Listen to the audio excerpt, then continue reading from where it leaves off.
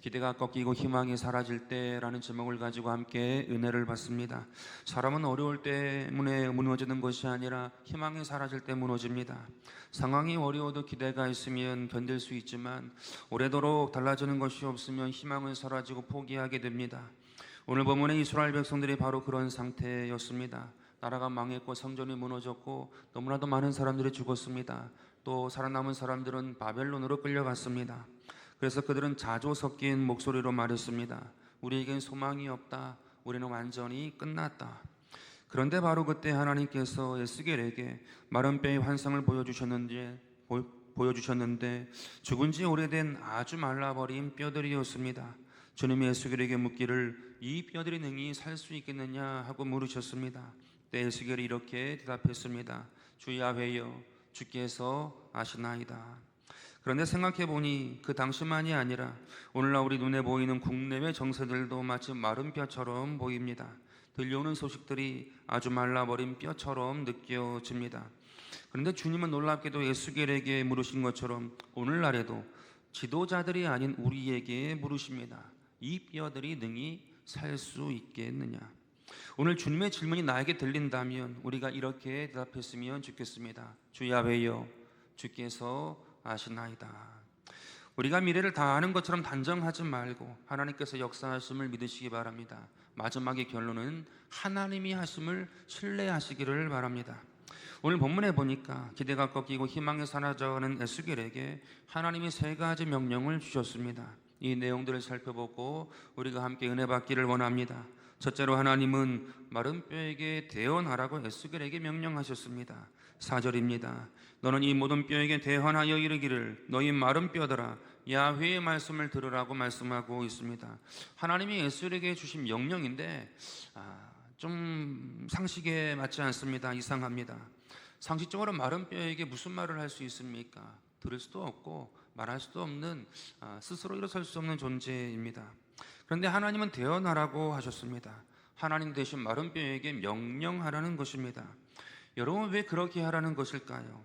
그 이유는 능력이 마른 뼈에게 있는 것이 아니고 하나님의 말씀에 능력이 있기 때문에 그렇게 하라는 것입니다. 그러니까 다 이해되지 않아도 하나님 말씀을 대언하라는 것입니다. 대언의 말씀은 무엇이었는가? 5절에 보니까 내가 생기를 너희에게 들어가게 하리라. 너희가 살아나리라. 마른 뼈이지만 살아난다라는 말을 대신 전하래요. 대언하라고 말씀하고 있습니다. 마른 뼈를 살리시겠다라는 것입니다. 하나님이 천지를 창조하실 때 이 땅은 아무것도 없는 마른 뼈 같았습니다. 그저 땅이 혼돈하고 공허하며 흑암이 깊음 위에 있을 뿐이었습니다. 그런데 하나님께서 빛이 있으라 말씀하시니 빛이 있게 되었습니다. 빛이 있기 때문에 말씀하신 것이 아니라 말씀하시니 빛이 생겨났습니다. 그래서 로마서 4장 17절은 하나님에 대해 이렇게 말씀합니다. 죽은 자를 살리시며 없는 것을 있는 것처럼 부르시는 이다 라고 말씀합니다. 우리가 믿는 하나님은 어떠한 하나님이신 것입니까? 불가능이 없는 분이십니다. 또 아브라함도 마찬가지입니다. 그의 나이가 100세가 가까웠고 사라의 때도 이미 죽은 것 같았습니다. 인간의 가능성은 제로인 마른 뼈입니다. 그런데 로마서 4장 18절에서 아브라함의 믿음을 이렇게 말씀합니다. 아브라함이 바랄 수 없는 중에 바랬다라고 말씀하고 있습니다. 여러분 아브라함이 무엇을 바란 것입니까? 자기 몸은 이미 끝났지만 아들을 주시겠다는 하나님의 말씀을 믿고 바란 것입니다. 홍해 앞에서 이스라엘이 절망에 빠졌을 때에도 모세가 말했습니다. 출애굽기 14장 13절인데요. 너희는 두려워하지 말고 가만히 서서 야훼께서 오늘 너희를 위하여 행하시는 구원을 보라고 했습니다. 이스라엘을 구원할 구조선이 있어서 말한 것이 아니라 하나님이 계시기 때문에 믿은 것입니다. 오늘 우리에게 적용하면 어떨까요? 자녀일지라도 아무리 말해도 달라지지 않으면 자녀가 마른 뼈처럼 느껴지고요. 가정을 위해 오랫동안 기도했는데 관계가 회복되지 아니하면 가정도 마른 뼈처럼 느껴집니다. 일터가 마른 뼈처럼 느껴질 수 있고요. 심지어 교회도 마른 뼈처럼 느껴질 수 있습니다. 한 예로 우리 교회에 제가 처음 와서 1층 문을 열었을 때 쾌쾌하게 묵은 오래된 냄새가 났습니다. 순간 멈칫했어요. 다른 게 너무 좋은 게 많지만 교회가 마른 뼈처럼 느껴졌습니다.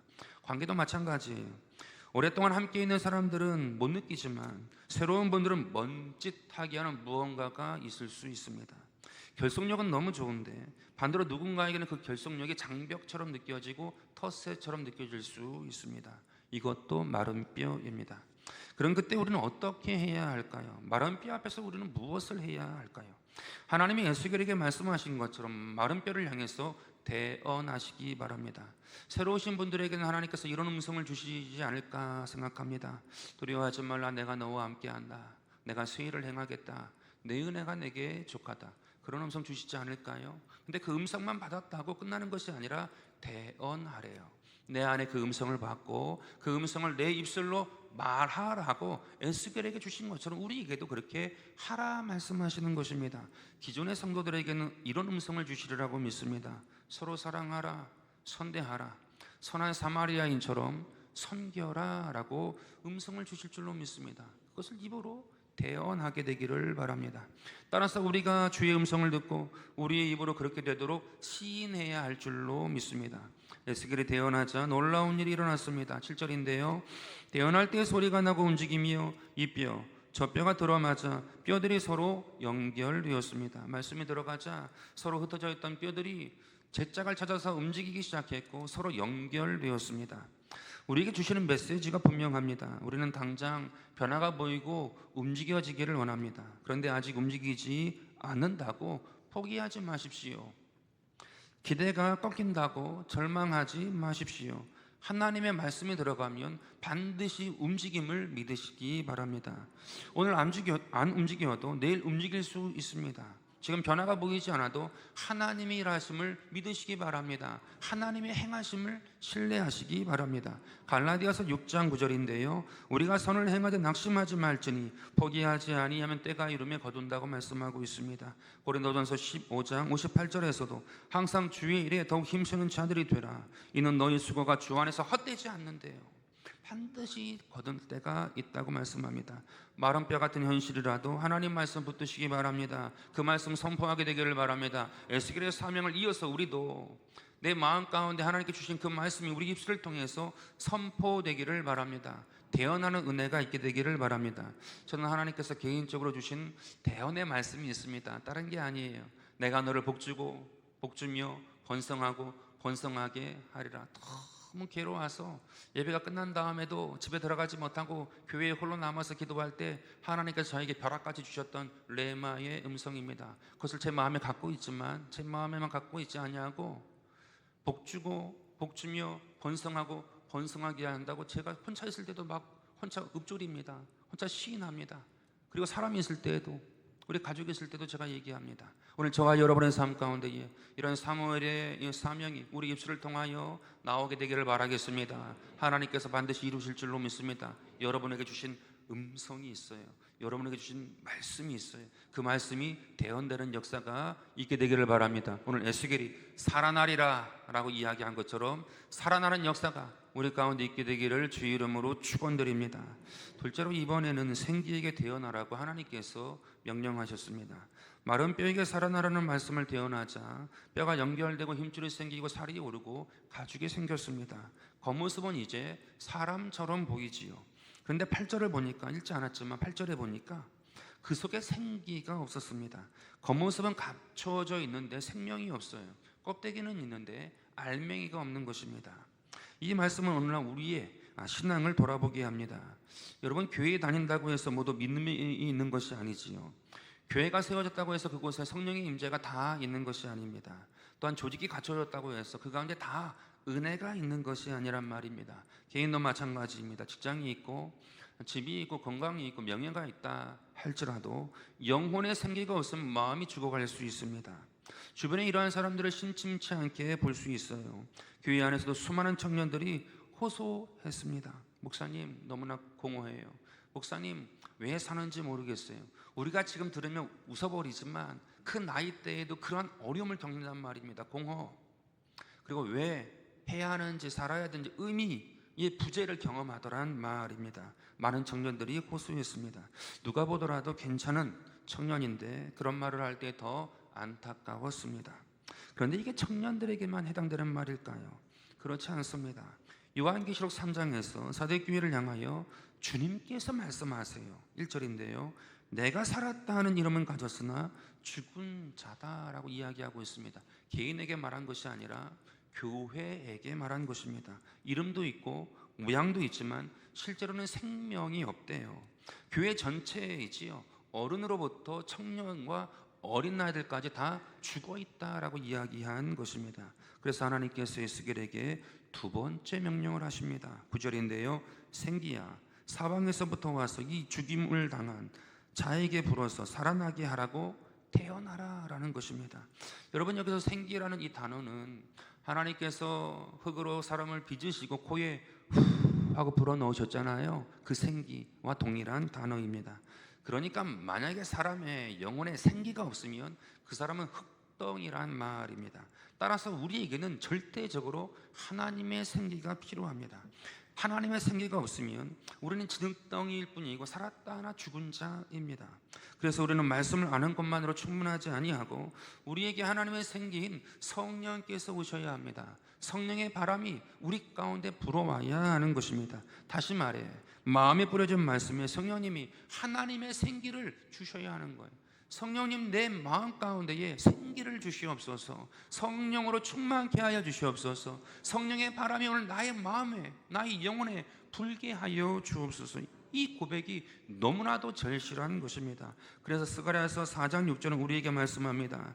이는 힘으로 되지 아니하고 능력으로 되지 아니하고 오직 나의 영으로 되느니라. 아멘. 하나님의 영이 있을 때만이 우리가 살아날 수 있는 것입니다. 교회 역사에서도 큰 부흥은 언제나 사람들이 하나님 말씀에 엎드렸고 성령의 역사를 간절히 구할 때 부흥의 역사가 다가왔습니다. 사람의 힘만으로 안 되고 제도만으로 안 되고 좋은 인간관계만으로 절대 되지 않습니다. 하나님의 영이 필요합니다. 하나님의 성령이 우리 가운데 오셔야 합니다. 충만해야 합니다. 우리 가운데 그 성령께서 함께 하셔서 우리 마음에 떨어진 말씀이 살아나서 열매를 맺을 때 산자가 될 수 있습니다. 그러므로 우리 교회가 함께 구해야 하는 것이 있습니다. 무엇을 구해야 할까요? 성령님, 오늘 나에게 오시옵소서. 다시 나의 심령 가운데에 성령의 바람을 허락하여 주시옵소서. 성령으로 충만케 하여 주시옵소서. 하나님의 생기를 내 심령 가운데, 나의 삶 가운데 허락하여 주시옵소서. 절대적으로 필요한 것입니다. 말씀을 듣고 우리가 성령의 능력으로 또한 하나님의 생기를 받아 살아갈 때 살아나는 역사가 있게 될 줄로 믿습니다. 가정에도 성령의 바람이 불어와야 하고요, 교회에도 나라에도 성령의 바람이 다시 불어와야 합니다. 저는 지역 예배를 이전에 교구장 때 드리기 때문에 항상 하는 세레머니가 있었습니다. 손을 다 맞잡고 할렐루야 삼창하는 거예요. 다 끝났는데 예배가 손을 맞잡고 할렐루야 할렐루야 할렐루야. 그럼 막 성도님들이 웃습니다. 막 웃어요. 왜 그렇게 하는 줄 아세요? 사실은 제가 말씀을 전하고 또 기도하잖아요.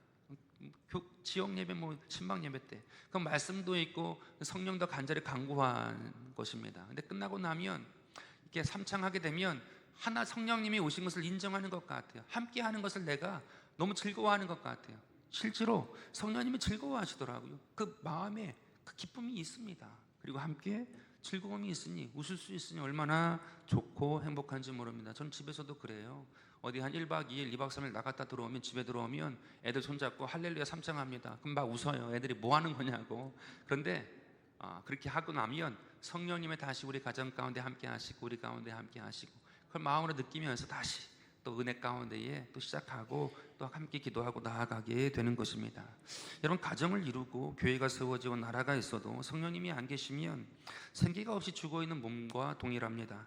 그래서 성령님을 구하는 것입니다. 하나님의 영을 구하는 것입니다. 하나님의 생기를 구하는 것입니다. 주님, 성령으로 함께하여 주옵소서. 성령님은 식어버린 마음을 다시 뜨겁게 하시고요, 미워하던 마음을 용서하는 마음으로 바꾸어 주시고요, 기도하지 않던 마음에 다시 기도하게 하시고요, 탐욕으로 가득 찼던 마음을 녹게 하시는 분이 유일하게 성령님이십니다. 성령님만이 우리를 달라지게 하시는 분이십니다. 사도행전 2장을 보니까 두려워하던 제자들의 성령님을 경험하자 거리로 뛰쳐나가 복음을 전했습니다. 베드로의 설교로 3,000명이 죽게 돌아왔습니다. 여러분, 그때 무엇이 바뀐 것일까요? 도대체 무엇이 이렇게 놀라운 변화를 일으키게 된 것일까요? 다른 게 아니고 사람의 마음이 바뀌었어요. 성령님이 역사하신 거예요. 제자들의 마음을 바꾸어 놓았습니다. 그러자 다른 사람들의 마음도 바꾸어지기 시작했습니다. 여러분 생각해 보니까 우리는 너무 쉽게 사람을 바꾸려고 해요. 그래서 사람에게 화를 냅니다. 왜 바뀌지 않느냐라는 것입니다. 저도 한번 생각해 보니까 그렇더라고요. 부모도 자녀를 완전하게 바꿀 수가 없지요. 정치인도 백성들을 완전하게 바꿀 수가 없습니다. 목회자도 성도를 완전하게 바꾸어 놓을 수가 없어요. 오직 바꿀 수 있는 분은 성령님밖에 없습니다. 그래서 우리가 기도해야 합니다. 성령님 오시옵소서. 성령님 함께하여 주옵소서. 나의 높아진 마음을, 나의 낮아진 마음을, 나의 거친 마음을, 나의 불편한 마음을, 나의 이 온전치 아니함을 주님만이 고쳐주실 수 있습니다. 성령님, 성령의 바람을 허락하여 주시고 성령으로 충만하게 하시고 하나님의 생기를 저에게 허락하여 주십시오. 하나님의 생기가 들어오면 바뀌게 되고 살아나게 되는 것입니다. 우리에게 이러한 바람과 기도가 있게 되기를 주의 이름으로 축원드립니다. 에스겔이 생기에게 대언했더니 어떻게 되었습니까? 10절입니다. 생기가 그들에게 들어가매 그들이 곧 살아서 일어나 서는데 극히 큰 군대가 됩니다. 처음에는 마른 뼈였고 아무 가치도 없었습니다. 그런데 극히 큰 군대가 되었습니다. 여러분, 이것이 성령의 역사인 줄로 믿습니다. 성령께서 함께 하시고 하나님의 생기가 들어오게 되면 죽은 줄 알았던 자가 극히 큰 군대가 되고 능력이 있는 자가 되는 줄로 믿습니다. 오늘 저와 여러분의 삶 가운데 이것을 바라보시고 사모하게 되기를 바라겠습니다. 보통 단기 선교를 하게 되면 우리가 또 11월 달에 목표를 가지고 지금 모집하고 있는데요.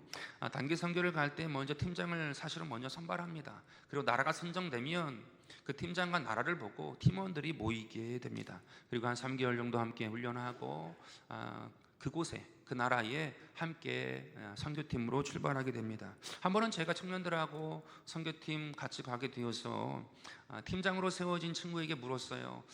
팀원들 잘 모였느냐 어떠냐라고 물었더니 머리를 긁적긁적거리는 거예요. 왜냐하면 그 팀장이 22살이었고요 팀원들이 20살, 21살이었습니다. 그러니까 빨강머리, 노랑머리, 해외에 한 번도 안 나갔는데 선교한다고 하니까 해외 간다고 마음이 들떠있는 아이들, 그 아들을 보니까 가서 과연 선교팀으로 역할을 할 수 있을까? 팀장이 머리를 긁적긁적거리는 거예요. 글쎄요, 해봐야죠 이렇게 얘기를 했어요.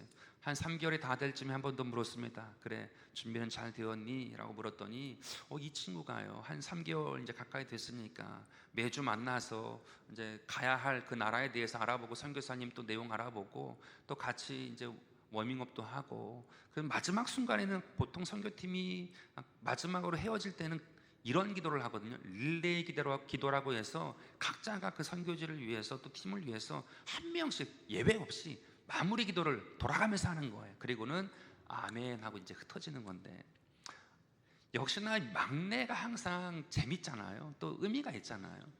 이 막내가 모임을 하고 마무리 기도를 릴레이로 하는데 어떻게 기도를 했는가, 이 팀장이 얘기하는 거예요. 그 예를 이야기해 주는 거예요. 하나님, 우리 실력 없는 거 아시지요? 도와주세요. 선교사님께 패 끼치지 않고 돌아오게 해주세요. 딱 이 세 마디를 기도했답니다. 그러니까 거기 같이 모여서 같이 눈 감고 있다가 막 키득키득 웃고, 기도가 제대로 마무리된 게 아니고 막 서로 웃음이 터져가지고 막 웃어버렸대요. 하나님, 우리 실력 없는 거 아시지요? 도와주세요. 패 안 끼치고 오게 해주세요. 그러니까 막 웃어버린 거예요. 근데 그때 그곳에 은혜가 임했대요. 성령께서 함께 하셨고, 하나님의 생기가 그 팀에 들어가서, 그래, 우리 실력 없어, 나이도 어리고 해본 것도 없고 경험도 없어, 그러니까 우리가 하나 되어야 하지 않겠냐, 그래가지고 한 마음이 되어서 같이 준비하게 되고 같이 기도하게 되었다고. 그래도 한 마음이 되니까 해볼 것 같다고, 해도 될 것 같다고 팀장이 이야기하는 것을 들은 적이 있습니다. 여러분, 성령님이 역사하신 거예요. 작은 거지만 하나님의 생기가 들어오니까 한 성령 안에 하나가 되어진 것입니다.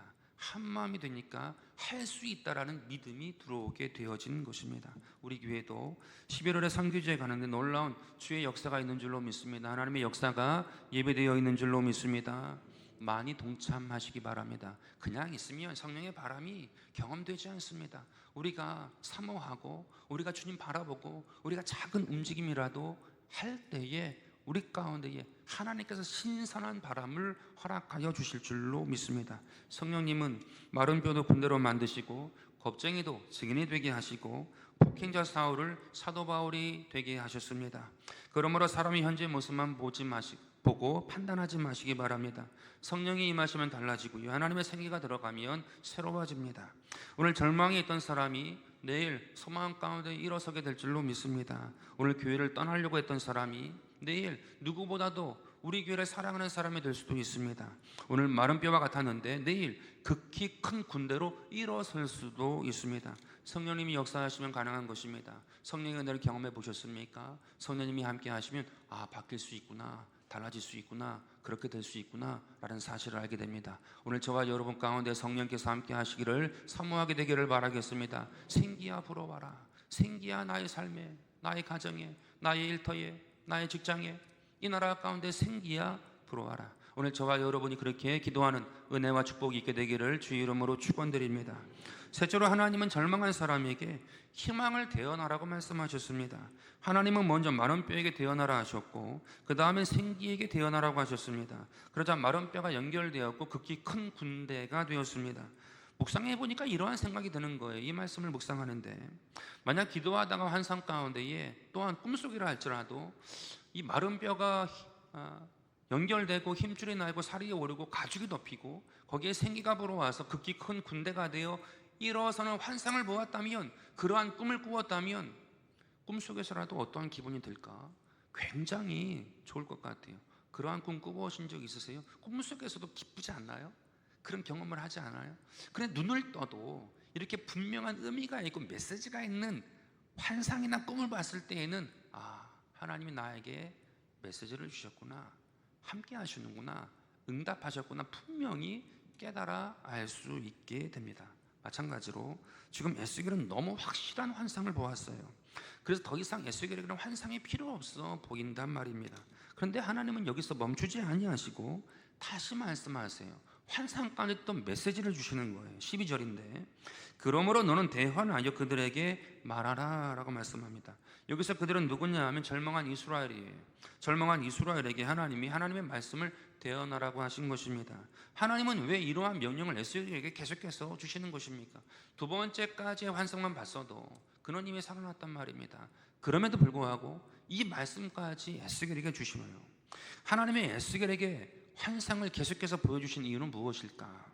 그것은 에스겔 한 사람만 위한 것이 아니라 절망한 이스라엘 전체에 희망을 주시기 위해서입니다. 그 당시 백성들이 어떤 상태였는가 하면 11절을 보니까 그들이 스스로 말을 해요.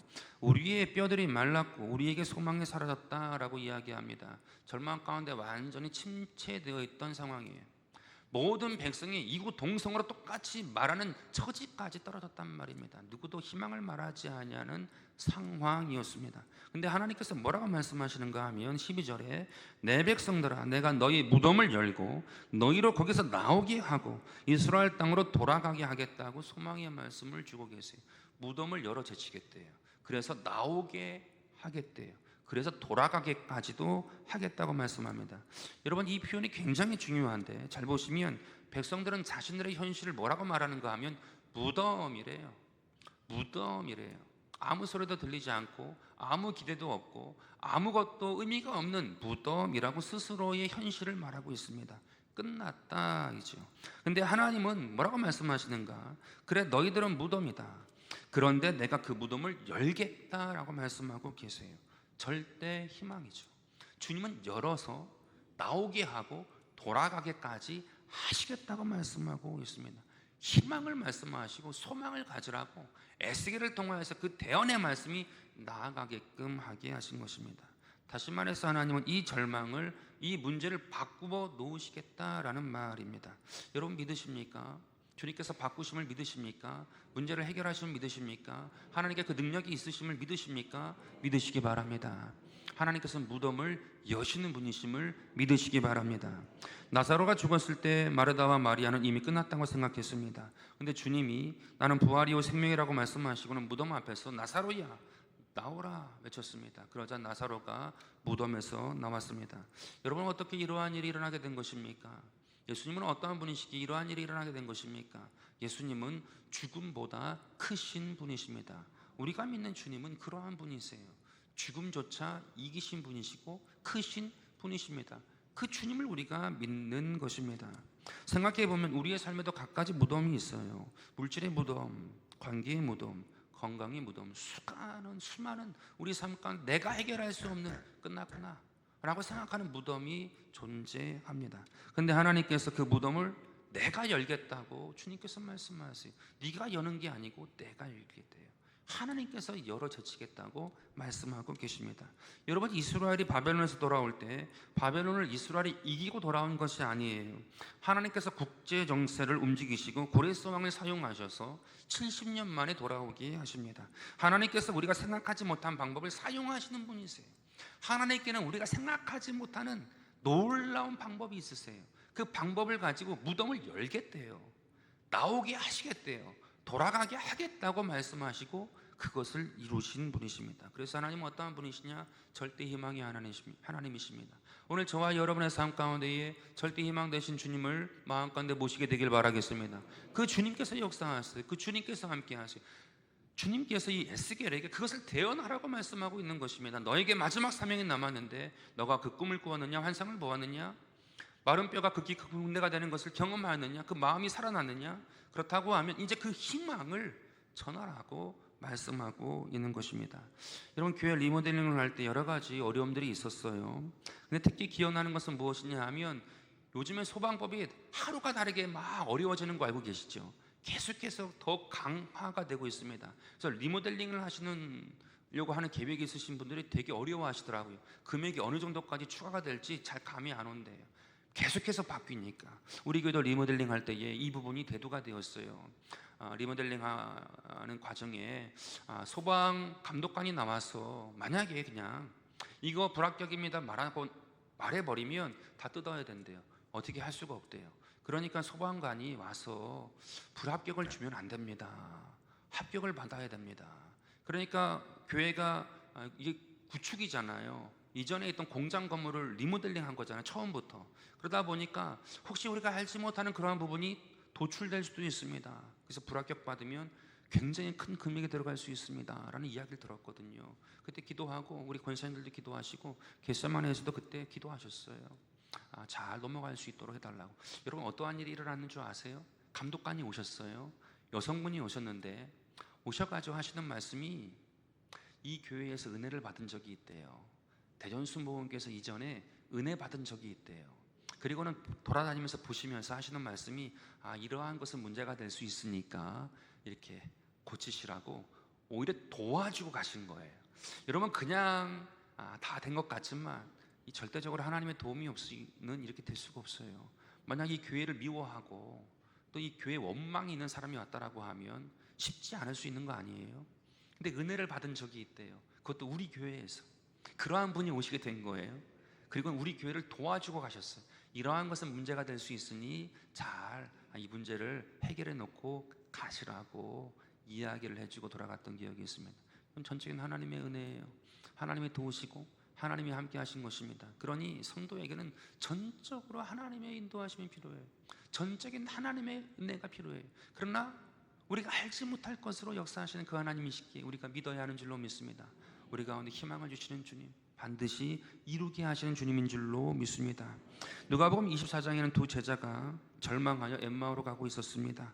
그들은 예수님이 죽자 기대가 꺾이고 희망이 사라져서 엠마오로 내려가고 있는 중이었는데 놀랍게도 그 옆에서 부활의 주님이 함께 걷고 계셨습니다. 단지 그들은 부활하신 주님이 함께 한다는 사실을 알지 못했을 뿐입니다. 마찬가지로 부활하신 주님은 지금도 우리와 함께 하십니다. 믿으십니까? 주님께서 지금도 우리와 함께 하세요. 세상은 끝났다고 말하지만 우리는 끝이라고 말하면 안 됩니다. 우리 가운데 희망이 있다고 말해야 합니다. 또한 세상은 소망이 없다고 말하지만 우리는 하나님이 살아계신다고 이야기해야 합니다. 그것을 대언하는 것입니다. 그것을 말하는 것이 희망을 말하는 것입니다. 하나님이 살아계셔. 주님이 부활하셨어. 우리 가운데 함께 하셔. 여러분, 이것이 희망입니다. 오늘 저와 여러분의 삶 가운데에 이러한 희망의 메신저가 되어서 에스겔에게 주었던 그 사명이 오늘 우리를 통해서 나타나는 은혜가 있게 되기를 주의 이름으로 축원드립니다. 오늘 에스겔과 같이 우리가 쓰임받고 하나님께 영광스럽게 살아가는 하나님의 귀한 백성이 될 때 하나님이 얼마나 기뻐하실까요? 하나님이 기뻐하시면 다 주세요. 다 주세요. 하나님께서 기뻐하시는 하나님의 자녀가 되어 이 세상을 살아가는 하나님의 귀한 백성 되기를 주 이름으로 축원드립니다. 마무리합니다. 마른 뼈에게 말씀을 대언하시기 바랍니다. 말씀을 붙들고 말씀을 입으로 선포하시기 바랍니다.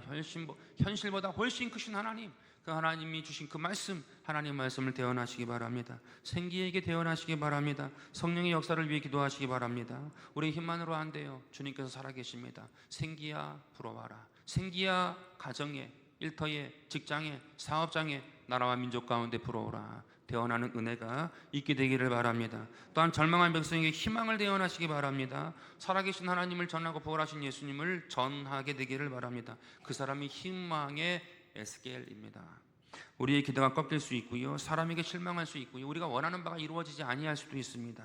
그렇다고 하나님이 안 계신 것이 아니고 하나님이 실패하신 것이 아닙니다. 하나님은 여전히 살아계십니다. 그 주님을 바라보고 희망을 말하는 저와 여러분 되기를 주 이름으로 축원드립니다. 가스라이팅이 아니에요. 가스라이팅 내 목적을 위해서 그렇게 몰고 가는 거지만 살아계신 하나님이시기 때문에 그것을 전하는 것은 가스라이팅이 아니라 믿음이요, 대언이요, 선포입니다. 오늘 저와 여러분이 그 사실을 분명하게 깨닫고 믿음 안에, 성령 안에 회복되고 살아나고 일어나서 하나님께 영광 돌리고 수많은 사람에게 희망을 전하고 선한 영향을 끼치는 저와 여러분 되기를 주 예수 이름으로 축원드립니다.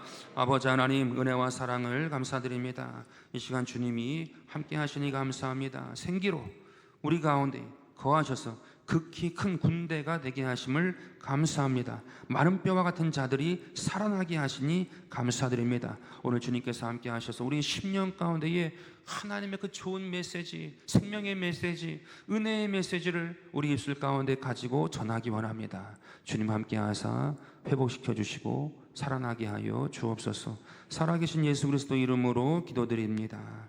아멘.